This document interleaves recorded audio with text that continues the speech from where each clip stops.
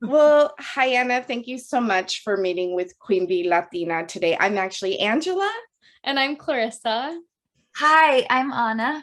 So nice to meet you. I mean, first off, we want to congratulate you on the podcast. I mean, it's hilarious, it's adorable. How did the idea for the creation come about? It had nothing to do with me. Although my voice, the character that I play, Hatch, is something I've been doing for a long time with my son. But one of our co-creators, Jeremy Bolus, started at age 5 creating this Peepkins world, truly like meticulously, and like making these little clay figurines, making little castles, like a sort of a world of like safety and generosity and imagination.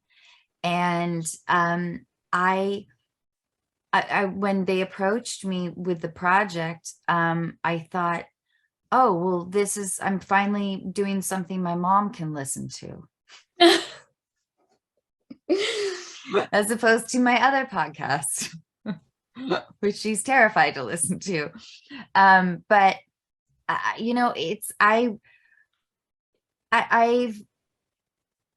what has been so wonderful about this project is that I kind of went into it during the quarantine, like, well, I guess I have to work. I can't puzzle for a living anymore. Nobody's paying me for these 68 puzzles I've completed. But I thought, and I thought I thought it was beautiful on the page, but then actually recording it and now being a part of it has been so rewarding. And it's given, because I for years I played this character at nighttime with my son called Handy, Handy, I really should have brought Handy down. I can't believe it.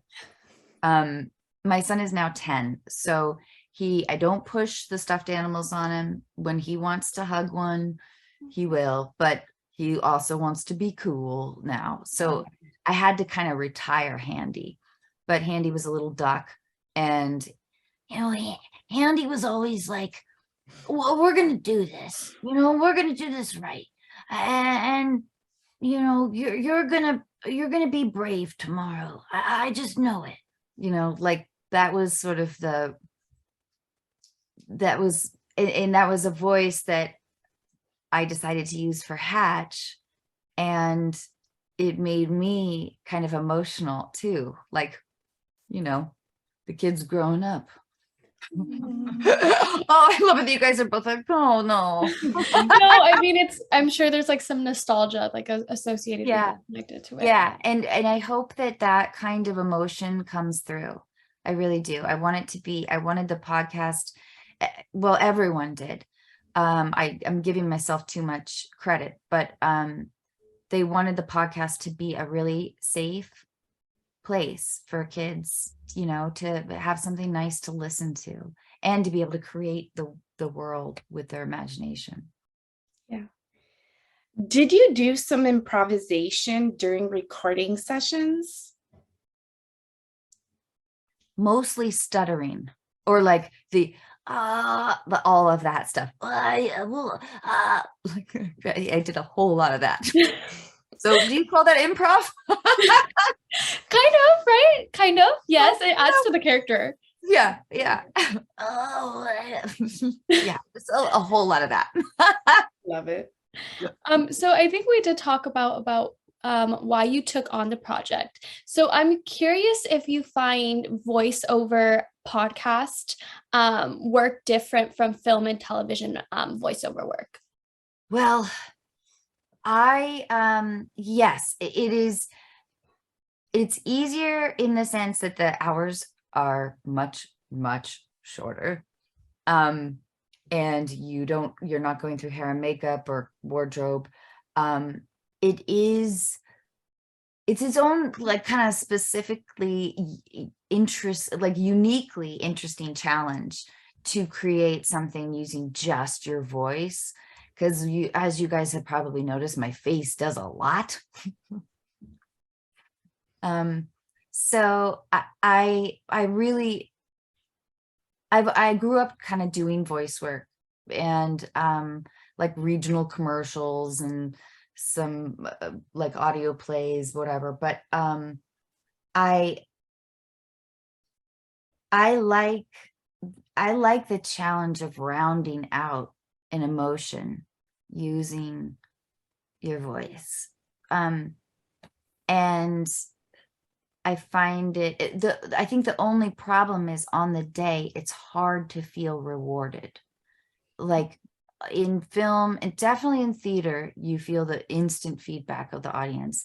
In film, you don't really get it, but sometimes you feel like, man, I think that like I was really connecting with that other actor, and I think that was really funny.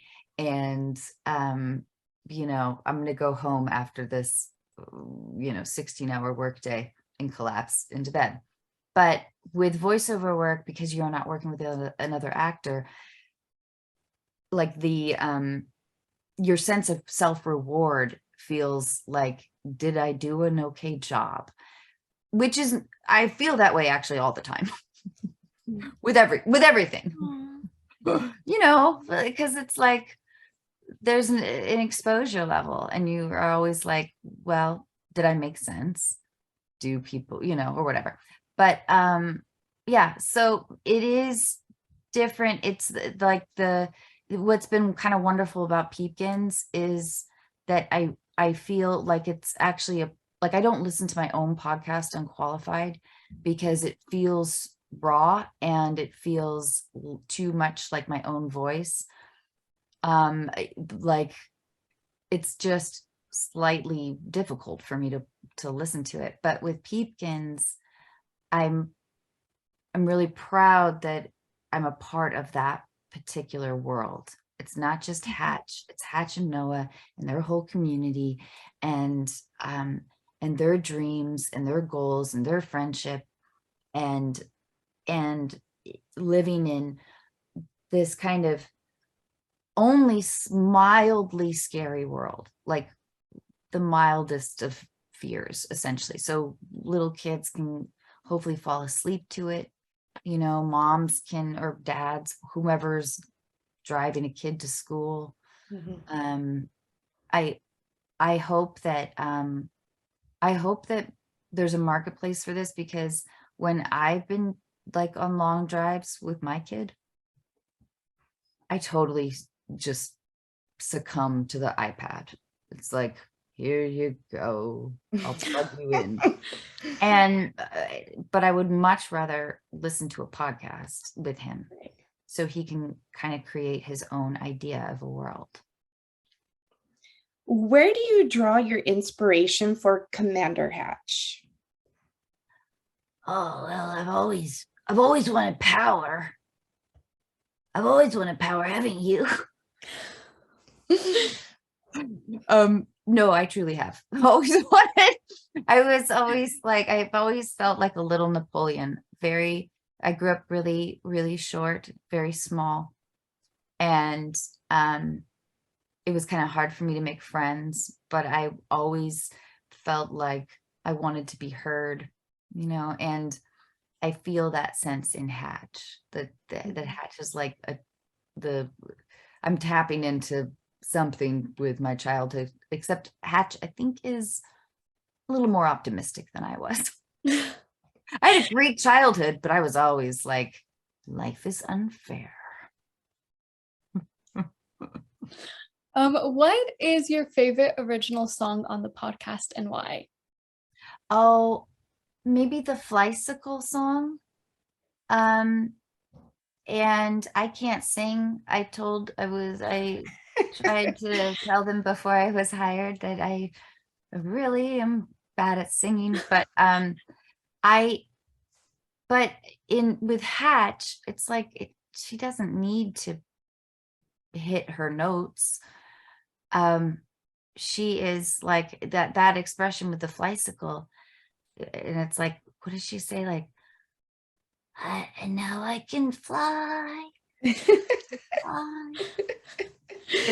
Something like that's not quite right, but her, like, she's alone in that moment, and singing by yourself. So there's sort of like that freedom of, I think, that you get when you feel safe enough to sing and happy enough to sing by yourself. I think you sounded great. So Thank you. It sounded great, truly. What do you hope children take away from the Peepkins podcast? I really hope that the central emotion is peace and safety. I really hope that it can be like a place where conflicts are resolved, but they're complicated a little bit, but it's still a safe world. Mhm. And there is this strong, loyal friendship. Like, I don't know, in my heart of hearts, I wish it would be like almost like a Bert and Ernie relationship. Like, Oh, that would you know what I mean? Like these two friends have each other's backs. They're different, but or like frog and toad, you know, like sort of that sentiment that feels like, you know, that feels like love, you know, like love that doesn't have an agenda. And I also love the idea. I mean, I think there's something special that it's not, that it's a podcast as opposed to an animation, because I think that kids can build their own unique world, imagining what this is instead of having it placed before them. That makes total sense. Thanks. I mean, and I think that was going to be our next question is, would you ever be on board for the Peepkins to do like an animated series? Yes, I would. I want to be like the next Elmo. I want to make those Love it. Yes, listen, it's also awesome as an animated. When we're talking like in 2 years, I always wanted it to be an animated program. I mean, actually, the visuals are so cute. Like when our creator has been doing this since age 5. You know, it's like there is a thoughtful world, of an incredibly thoughtful world behind this, and I feel really honored that they asked me, that they thought of me. And originally they didn't know if I wanted to play Noah, the lead, and I recognized that there was a lot of singing with Noah. But I also, as we were kind of chewing it through, like, okay, so what kind of like leader am I?